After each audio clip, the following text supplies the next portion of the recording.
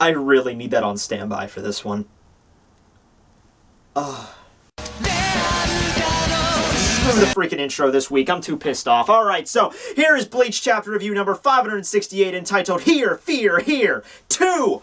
Whoa! Back to the sequentially numbered chapter titles. I knew it. I had it in you, Kubo. I knew you had it in you. Alright, so chapter starts off with Rukia, who is slowly regaining her normal body temperature after reaching absolute zero last chapter. And I figured she was having to do this. You know, a lot of people were on, I was talking to in the past week over the, over Facebook and over Google Hangouts and everything. Yes, I do a weekly hangout show with a bunch of other awesome manga reviewers. You should go check that out down below. But, you know, they were asking me, like, oh, do you think Rukia is now on captain level? Do you think Rukia is now on the level of, like, Renji and Ichigo and them? And I was simply saying, we don't really know yet. I mean, we saw the potential for how strong she could be last chapter, but we don't know if there's any drawbacks to this ability. We don't know if, you know, she would become extremely encumbered after she uses it. And as it turns out, yes, she would be. She has to slowly return her body temperature to normal in sequences. She can't just jump from absolute zero way back to 98.6 or whatever. And she mentions how it's a very an intricate power, how she has to kind of like figure out how to, like, she's still figuring out exactly how it works and the best way for her to do it in an optimal fashion. But at the moment, she has to basically stand still and wait for her body temperature to return, because if she does it too quickly, then it could cause irrefutable damage to her cells that could just never be healed. And in actuality, when her temperature does get back to a decent temperature and her blood starts to run again, she looks on her finger and she sees that she's now bleeding at a place she was never bleeding before. Now, I don't know if, and she says like, oh, I guess I did overdo the 4-second rule a little bit. What I think this means, if anything else, I don't think just because like, oh, you went over the 4-second limit, so you got a paper cut. I think it has more something to do with the cells are just gone forever. They're not going to come back. They aren't damaged. They're just gone. And I mean, that's the closest thing I can come to from a deficiency with her power, with reaching that low of a temperature. If you do it wrong, if you mess this up in the sequence, you could literally destroy your entire body if you're not careful. The cells could be just gone forever. Because once things get that cold, it's very rare they could be returned to normal under normal circumstances. So yeah, Rukia is a little bit distraught over that, but she becomes even more distraught when she turns around and she sees that Asnot, who should be a frozen Quincy-sicle by now, is standing perfectly still, and he begins reiterating this inner monologue that he always loves to do. Oh, is this fear? So this must be the ability to entice fear.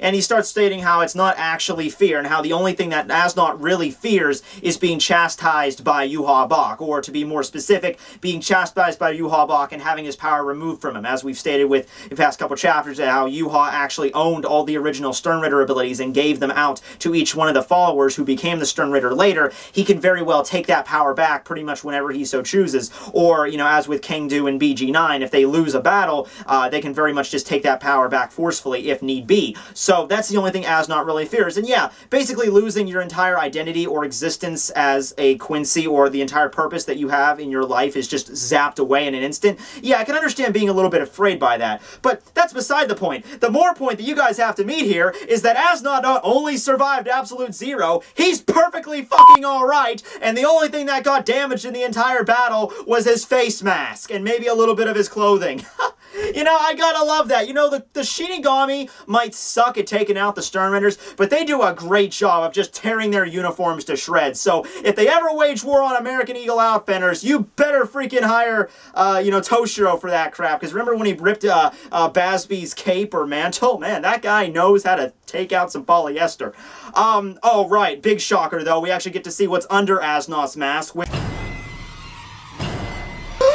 I'm sorry, guys. It didn't really do it for me. Thank you, Suicide Brick. It didn't really do it for me, you know? Like, underneath Asnot's mask, all that really was different was he had a couple of a skin issue problem, which might actually just be his skin peeling off, and that his lips were gone. Now, you could say his lips are gone because of the absolute zero, but then again, I started thinking, like, okay, if his lips and his skin was normal, then taking off that mask, he would have looked perfectly normal. He would have looked perfectly fine like anybody else. So I'm just going to say this is what he always looked like underneath the mask. But even that really didn't do it for me. Underneath Asnot's masks, I don't know, I was expecting more of Jason from Friday the 13th Part 7, and you gave me Part 3. little bit of a shock value difference there, but once again, I'm not really nitpicking about that because there's more stuff in this chapter. Alright, so Asnot proceeds to pull out his Sternritter cross from his eye socket. Okay, and begins to activate his Volt Standing, and he's one of the few people in this entire, you know, in the Sternritters that have actually named their Volt Standing so far. The only other ones being Kurhaze, which I believe was the Judgment of God, the Colonel Sanders Quincy, which I believe was Walk of God, and Asnot's is, I believe it's written, I think it's in Latin here, Tartar for us, believe that is Latin, it means fear of God. And his Quincy Volt Standing turns him into a Slipknot video, I guess. Whatever. He looks pretty badass, all things considered. A lot much better than considering a lot of the Volt Standings, especially with, you know, even Bambietta's and Kurhaze.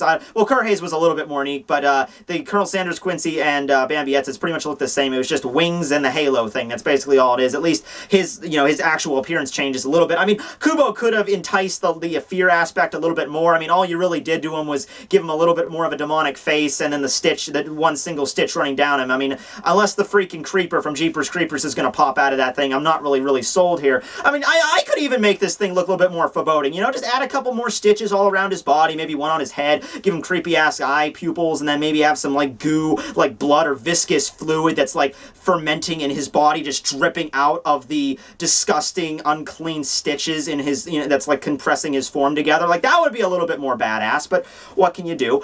So he charges into the battle, we get the title page, and then Rukia appears, tries to attack him again. I guess she's lowering her body temperature once more, trying to activate Sodai no Shirayuki's, you know, instant freezing ability. I don't know if she goes all the way back down to absolute zero, but she, you know, moves to attack again, so I can assume she's decreasing it once more. But unfortunately, the attack gets stopped short, and Asnot states that no longer can he be touched by her power. Rukia moves to try to attack again, but he states it's futile because now your feet are paralyzed, and sure enough, Rukia stops dead in her tracks. And she states that, wait, I've been paralyzed by fear? Your power, we've already discussed this, bro. Your power doesn't have anything against me. Remember, I can just freeze my molecules and your fear goo can't penetrate me. And that still sounds fucked up. And Asnot states quite simply that, no, you don't understand. You are now staring directly at me. Even though your cells may in fact be frozen because of your ability, your nerves are still fully functional. And it's through that optical nerve that my Tartara Forest is able to penetrate you, and the fear is able to take over your form. Okay, Asnot, Kubo, just... Oh, where do I even start with this one? Alright. Okay, some people got a little bit, I don't want to say mad or agitated, maybe a little annoyed of how in-depthly I covered the whole, Smart Tekking covered the whole Absolute Zero thing last chapter, how they were saying, like, okay, Tekking, that's all well and good when it comes to real life, but we're talking about a fictional story here, so maybe it's possible for Rukia to reach Absolute Zero. I'm like, okay. I was, more than anything, I was just trying to teach you guys exactly how Absolute Zero works in our world, and how it's difficult for me to comprehend it when it happens in the Bleach universe, since we have no basis for it over here. That's what I was trying to get across here, but that's beside the point. Asnot's basically saying here, okay, you might be able to freeze your cells, but your nerves are still active. Kubo, you can't have it both ways. Your cells are every single thing in your body. You look at every single part of your body, inside and out. I can guarantee you, you will not find a single thing that a cell does not make up. That's the whole point of being a living organism. You have cells that make up tissue that makes up your body. That's the whole fucking point. And also, spoiler alert, that includes nerve cells too. Nerves have cells in them. And Rukia, don't even give me any bullshit like activate Sodai no Shirayuki and be like, oh, I'll freeze the cells on my skin, but I'll keep my internal organs going. It's something that cold. It doesn't work like that. I covered this last chapter, but I feel like I just need to throw out a refresher here, alright? Like, you could have just said it was magic, okay? You could have just said, like, you don't have to do anything logical here. You could have just said, oh, when Asnot goes into this form, maybe he's able to just inflict fear upon you through some magical or supernatural means. It doesn't have to go through the whole nerve-ending things, because obviously going into biological structures here is just getting more confusing. I mean, and, you know, some people have also been saying, like, oh, well, since this is a spiritual body, maybe it was able to withstand the Absolute Zero, since, you know, because of the whole Asnot surviving it, even though his brain should be a slushie by now. You know, that doesn't even work either, okay? They still have hearts, they still have brains, they can still bleed, alright? So the only possible thing you can look at being different between a Shinigami and a Quincy as opposed to a normal human like me is maybe the bare base, the setup of their matter. Like, instead of protons, I think they have a thing called spiritons, which makes up Reishi, alright? So, but even in that regard, all you're doing is substituting this piece of matter for this other piece of matter. Like I said, they can still bleed, they still have stomachs. Their anatomy is exactly the same as a human body's. They can still die.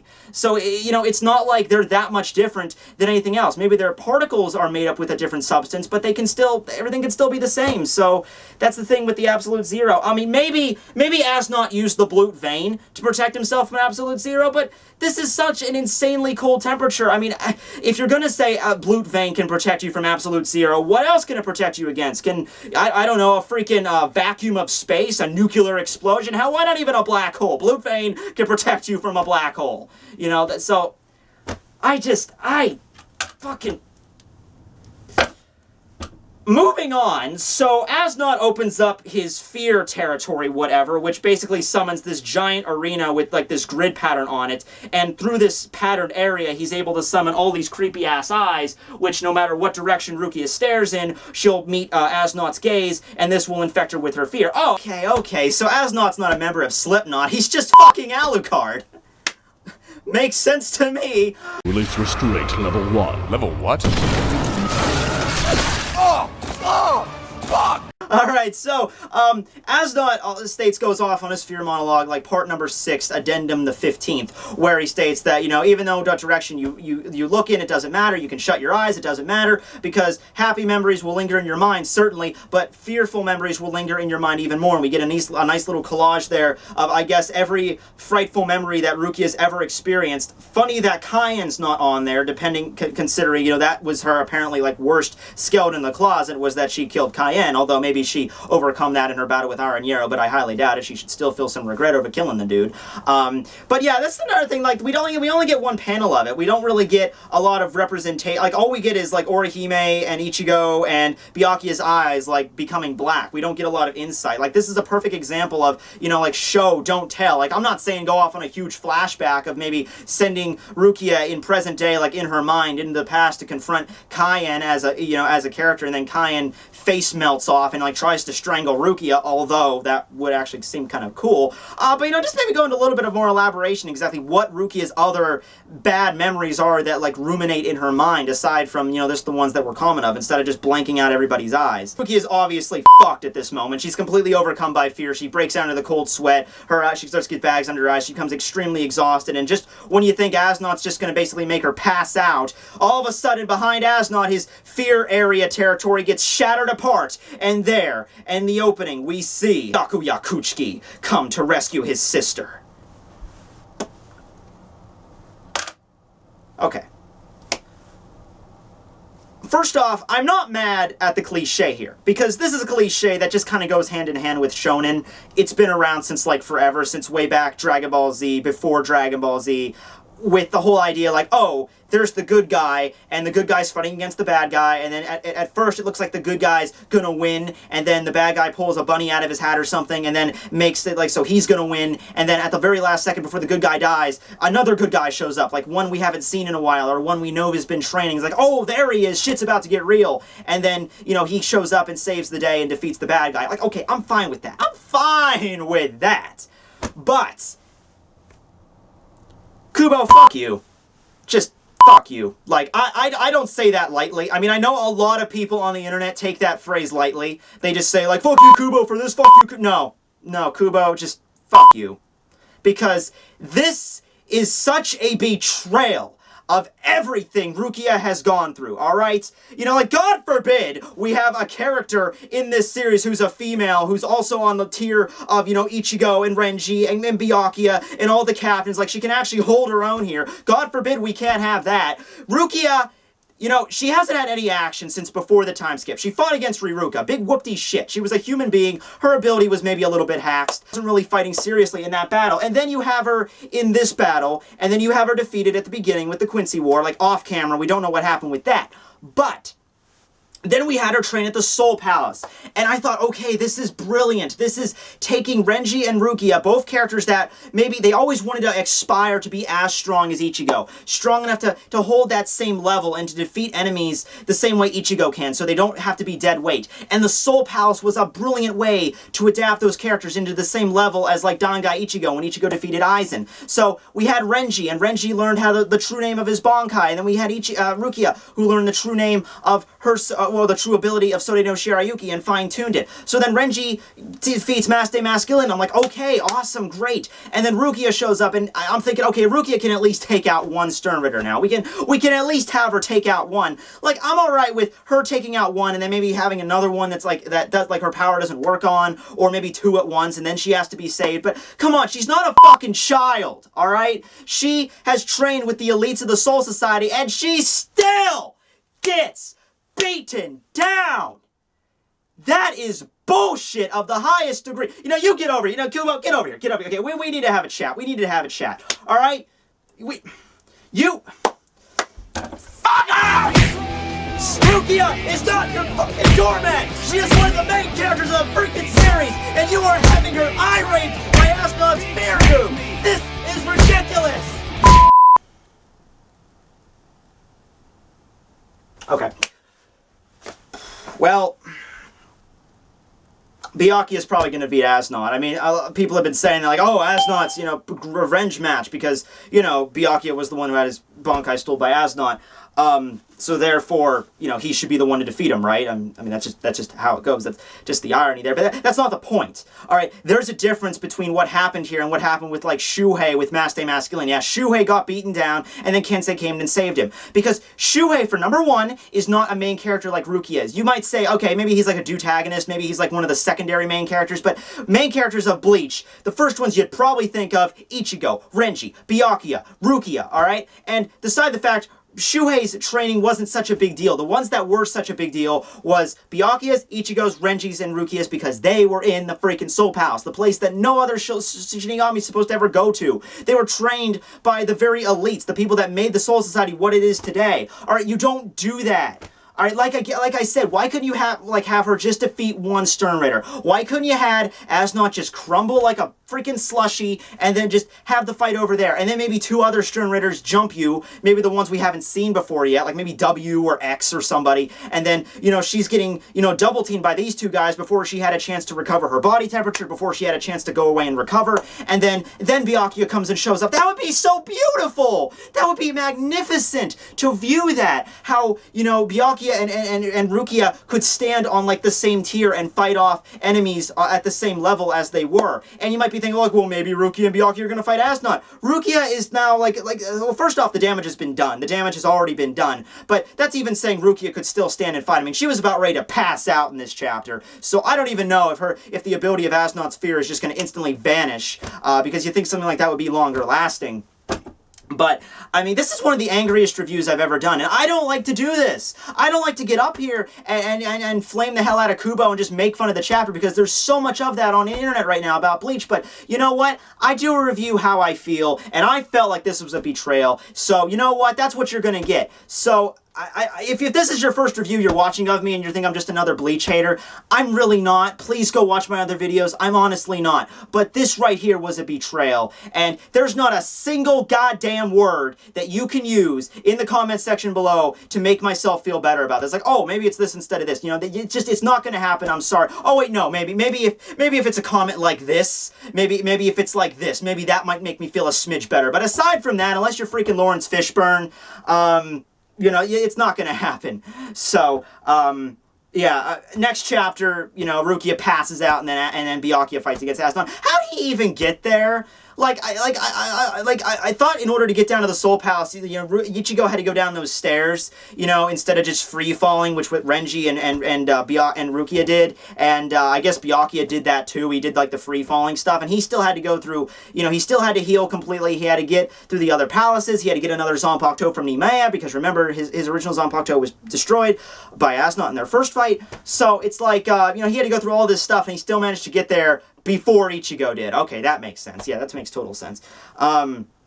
just, did I cover everything here? Did I cover everything I wanted to talk about? Because this whole day was just me filling up, you know, the paper with comments on this chapter and what I'm gonna. I labeled the freaking thing. You know, that was what I did today at work. You know, I think I got them all though. Oh no, I was gonna make a joke about along with the blued vein. I was gonna say it's like, hold on. I mean, really, what is blued vein? It's like the a concentrated extract of Superman, Chuck Norris, and maybe a little Goku thrown in there. Like that's okay. There you go. That's all my freaking jokes I got this episode, guys. I'm sorry, I'm burnt out. So yeah, Tekking signing out. Hope you enjoyed.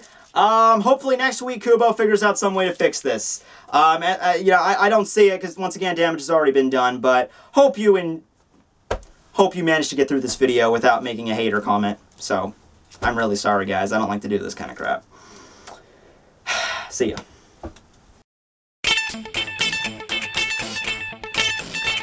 Nah, screw it. I got nothing to live for.